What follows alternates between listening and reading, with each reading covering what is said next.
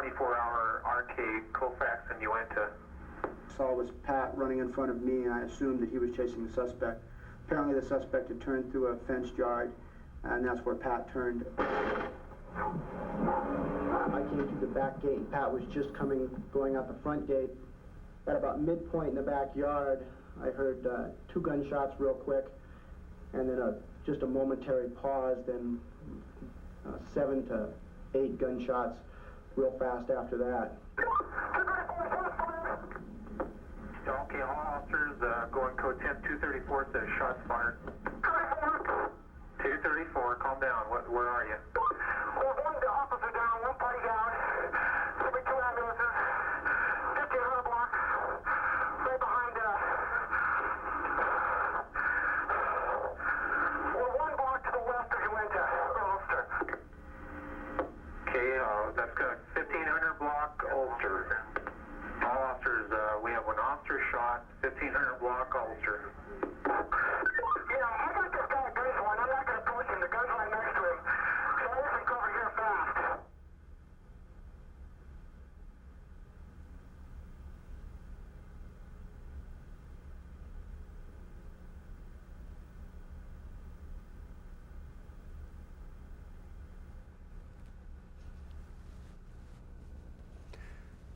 Hello, I'm Dan Saracino.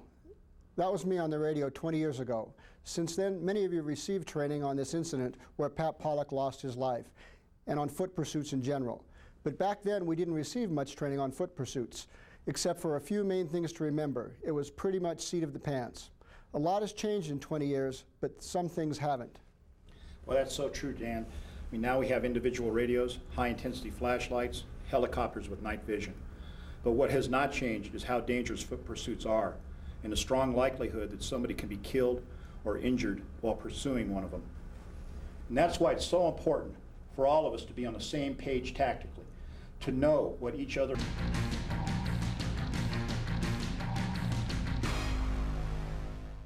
Foot pursuits are risky business. In a foot pursuit, the tactical balance swings more in favor of the suspect, and so you, the officer, are forced to walk a line between protecting the safety of the public and yourself and your duty to enforce the law and apprehend criminals. By following some of the tactical guidelines I'm going to discuss, we can take the tactical advantage back. Of course, the best and safest way to win a foot pursuit is to not let it happen in the first place. Some foot pursuits can't be prevented, like the guys who bail from a stolen car.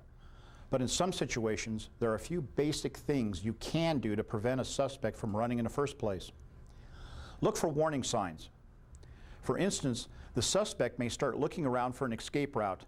He might do a target glance, either at your firearm or maybe at your feet, in preparation for knocking you off balance. Or you might notice him changing his foot position or even backing up slightly just before he runs. Another thing to consider when you're trying to prevent a person from running is the number of suspects. A solo officer contacting 3, 4, or more people just screams, "Run!" Having multiple officers makes it less likely that a suspect will try to run. There is a technique you can use to physically restrain your suspect to prevent him from running, and it's not necessarily intrusive. Sir, it's going to be a few minutes. Want to have a seat on the curb here for me? Please put your palms down on the ground behind you flat. Put your feet out in front of you, cross your ankles. Do not move, please. If he's going to attempt to run from this position, you're going to know it. Also from this position, if the need arises to arrest him or physically restrain him, it's much easier to do from this position. Sir, don't move, please. Bring your hands behind you, put your palms together, and lock your fingers.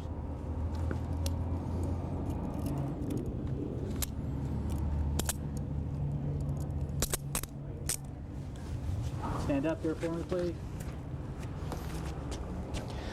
Additional training on this restraint and handcuff technique will be coming along very shortly. Okay, so you tried all your prevention tactics, but your suspect ran from you anyway. Or he just pulled up and he saw you and took off. There are some risk factors to consider before you just take off running yourself. First, what is the nature of the crime? Did he run from a shoplifting and a security guard has his ID? Did he just buy dope from an undercover officer and took off running? Or did you just roll up on a street robbery or a man with a gun call? Do you know the area pretty well? Or are you in another part of the district you're not too familiar with? Or did you go on a follow-up in another district you've never worked? Does your radio work well? We are all aware of the problems with radio dead spots. Are you in or near a dead spot? What are the conditions? Is the footing bad? Are you on uneven or even hilly terrain? What is the visibility like? Is there a lot of car traffic? Are there hazards like abandoned buildings or construction sites? Are you working undercover and look just like the suspect you're chasing? All of these might make you want to consider using alternatives like a perimeter or an air or canine search. Yes, it's our duty to apprehend suspects, but we always need to do it as safely as possible. Okay, so now you're running. Remember, tactics and the legal reason for the pursuit, not emotion, should determine your actions. We shouldn't just chase after someone just because they're running. And there are a few do's and don'ts to remember to stay safe and keep the tactical advantage. The first thing you need to do is to get an initial broadcast with as much information as necessary to get enough cover started your way. And at the end of the pursuit, or if you lose sight of the suspect, give your location and last direction of the suspect. Try to get as much of this information as you can, but at the absolute least, your location and direction. Something important you need to know about radio procedures. It is not the policy of the Communications Bureau to automatically simulcast a foot pursuit across all channels. Dispatchers generally will patch channels if you're close to a district boundary, but it is not automatic. You, or preferably another officer or supervisor, so you can concentrate on what you're doing, might have to specifically request it. While you're running, scan the area for available cover and possible hazards. Also, look for items or evidence the suspect may have dropped or tossed. And don't forget to watch his hands. Fighter pilots have a saying, lose sight, lose the fight. And if you lose sight of the suspect, if he goes around a corner or into a building, for instance, you need to stop, scan the area, listen. You might hear a trail of dogs barking, the suspect hitting fences, or maybe a door slamming at the other end of the building. When you lose sight of a suspect in a foot chase, the tactical balance tips and an ambush becomes a very real possibility. There are two additional points I want to discuss. We've come out here to the scene of Dan's foot chase 20 years ago.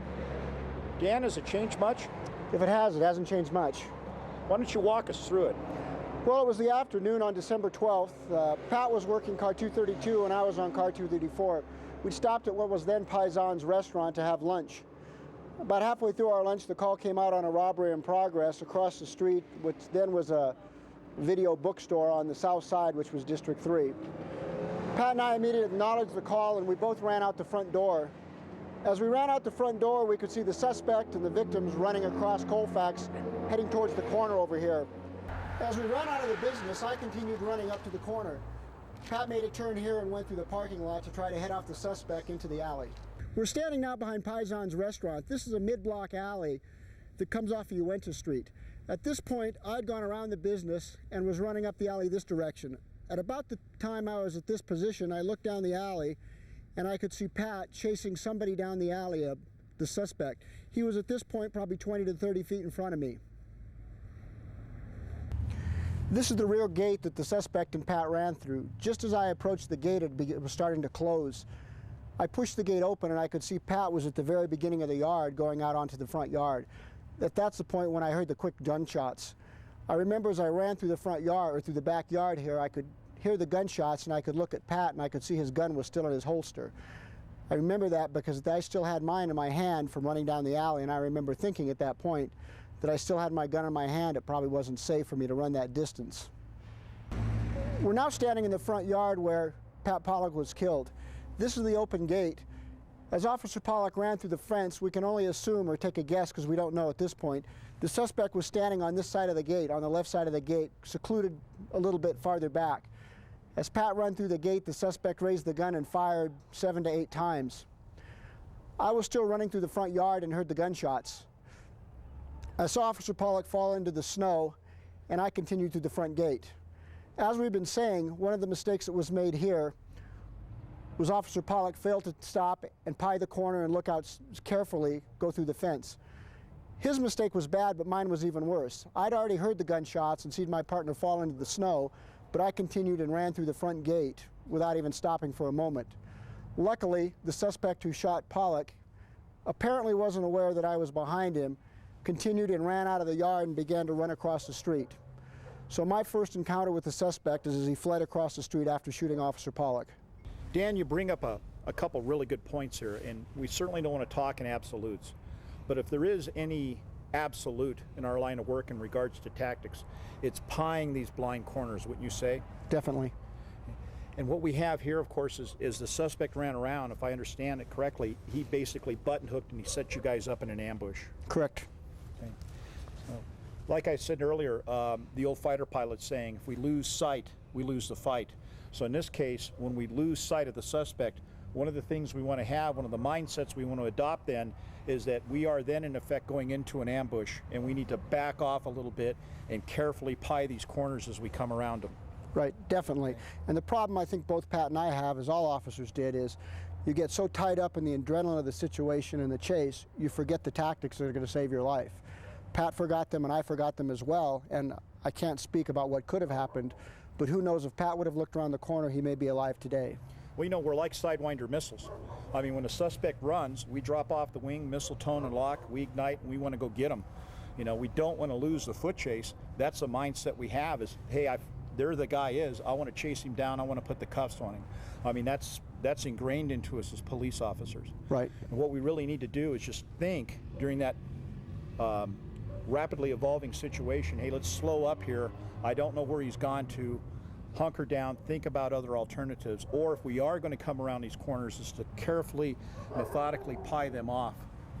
One other element that we didn't realize at the time, and that you never think about in a foot chase, is the suspect ended up living at this house. So we were chasing this individual not knowing where he lived. I can only assume once he got into his front yard, he felt safe, and this was as far as he felt he could run. We'd pretty much cornered him into his own yard and didn't realize it, so he fought back. You never know that when you're chasing. Where are they running to or where are they going to end up? So what he was doing is running to his own turf, so he was fighting you on his own ground. Exactly. Territory that he knew the intricacies of. He knew exactly where to set up on you guys. Right. Good. So the lesson to be learned here, and the lesson in these foot chases, is do not blindly run around these corners without stopping, slowing down, maximizing your distance from the threat, carefully pieing this thing off. That this would be a good place to have your weapon out and have it in that ready position. Exactly. Okay, Dan, one of the other great points you brought up is separating from your partner. Right. And certainly, once again, we don't want to speak in absolutes, but we are talking about tactics, and there are certainly advantages and disadvantages about separating from your partner. But I think you brought up a really good example here when you're pursuing the suspect and you did have somebody holding this corner, you could then literally run into a crossfire situation. True, very true.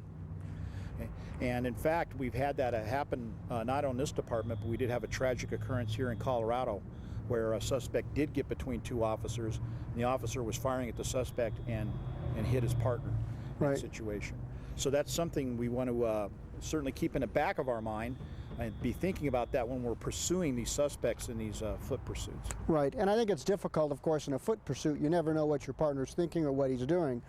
But I think if all officers in the chase are constantly aware of that there's another partner with him or another officer with him, it's best to utilize his skills and what he's doing as well, rather than just running off and being on your own.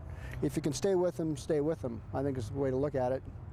And certainly it's changed since when you and I came on a job, and two officer cars were basically the norm. Right. And you'd be working with the same partner all the time. You'd have that communication going and sort of a game plan put into place. But now with solo cars and a lot of these cross-border incidents coming along where your partner may be an officer from Littleton, Aurora, might be a sheriff's officer, or even an officer here on the Denver Police Department from another district, you've never met him.